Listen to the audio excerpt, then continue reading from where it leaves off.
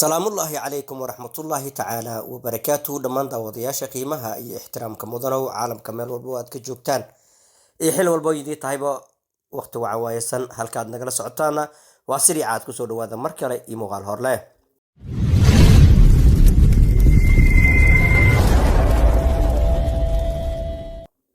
aad baad ugu mahadsantihiin daawashadii ka mid noqoshaha janalka iyo sida weyn ee aad ugu xirantihiin markaa intaba waan idinkaga mahad celinaya sharaf dushiin ha noqoto igu qaato maanta hirgaba ay hayo haddii uu codkayga si kale uu yahay fideoga waa ka maarmi waay mooyaane ma soo duubi lahayn waxbaa kasii dhex arkaya laakiin waxaasna waxaa doonayaa in aan ka hadlo ee haddii ay tahay markii kugu horeysay subscribe noo saar janalka fideogana noo laag gareeya siina sheer gareeya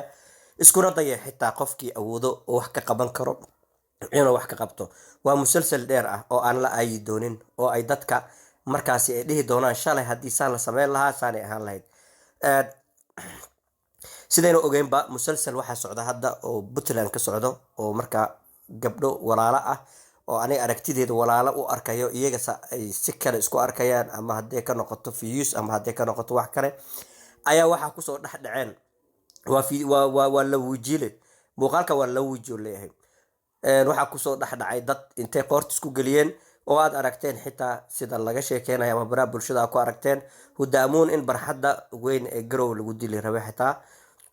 kaas halkaas ay ii taagnaato mawduucaas dib ayaan u dhigan doonaa iyo faahfaahino badan aan jeclaa inaan ka hadlo kaa muhiimadda maahan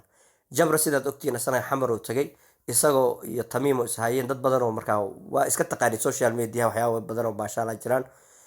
marka taasi halkaasi ka dhacday laakiin muuqaalkan sababtii ugu weyn igu soo kaliftay ayaa waxa ay tahay luusga markay fideogan hadda aan idin fasixi doono ay soo dhigtay ayaa jeclaystay inaan bal ka hadlo hal iyo labana aan ka dhaho bar muuqaalka horta kuu fasixi doonaa ee daawasho wacan caasimada garow waa ka degayaa aniga waxaana igu soo dhaweyn doona meeshaas ilmo beerdoon inta idinka salaamaya ilmo beerdoon dhammaan familiga waana idin jeclahay gabdho walaalahey waa saxaaba aan nahay sida ay sheegtay luuska waxa ay ka degaysaa garow iyadoo markaasi sheegtay in ay gabdho ay sheegaysa ay ku degaysa sida aad ogtihiinna si aad wax u fahanto waxaa u baahan tahay in maskaxdaada dib u celiso luzina iyo hudda amuun iyagoo kala maqan oo hudda jarmalka joogto oo luzinana xamar ay joogto ayaa la is afdhaafay maalmo social media iska haysteen waad ogeedeen waxa ay markaasi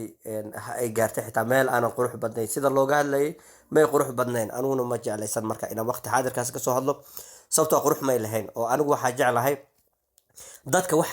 waxay xumaa way ka daaleen oo yacni shay kasta oo xun bini-aadamka ama bulshada si loo soo hordhigay ama tiktok ha laga soo dhigay ama meel kale way ka daaleen waxa ay maanta jecel yihiin ama naftooda anfacayso waxa ay tahay waxyaabaha iyaga horumarin karo noloshooda amaba noloshooda isbedel ku samayn karo qof walba oo walaal ah oo caan ah oo isbedela ama arrimaha bulshada qusayaan waa kasoo hadli doonaa sidoo doona ha noqdo laakiin arrimaha noocaani oo kalaa in laga aamuso mudnaan ma laha okay marka maxay tahay waxyaabaha ka dhex arkayo iyo halka ay biyaha ku socdaan oo godka ah ay inay isugu tagaan aan filanayo haddii aynan wax isbedela aysan dhicin waxa ay tahay marka luzina iyo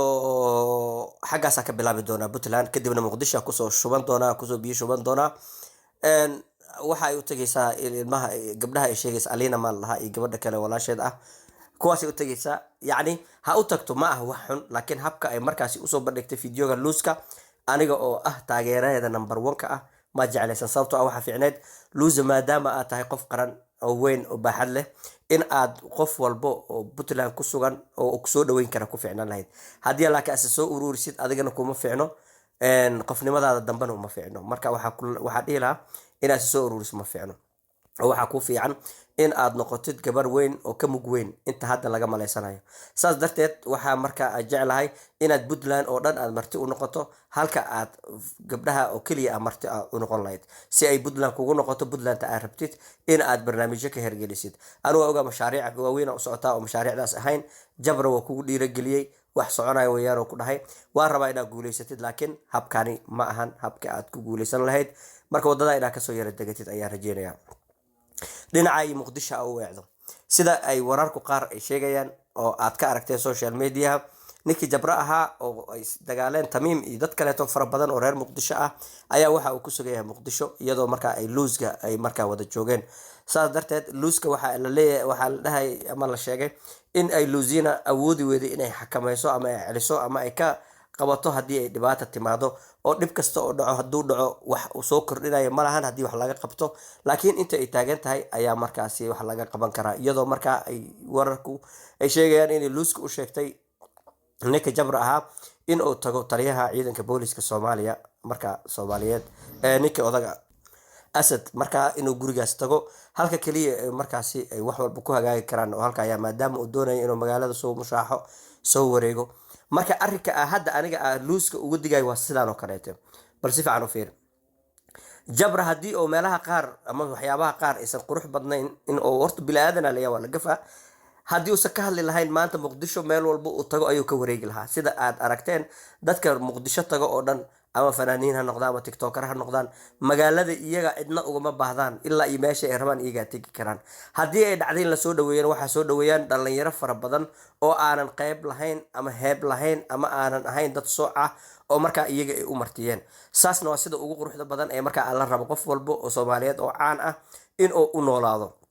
Marka taas waay sababta hadda uu leeyahay Luzira ha sameynin sida uu maanta Jabra haysato oo kaleeto, inaad noqotid qof xirxiran. Midda kaleeto oo saddexaad aan doonaya inaan ka hadlana waxa ay tahay, waxaan arkayay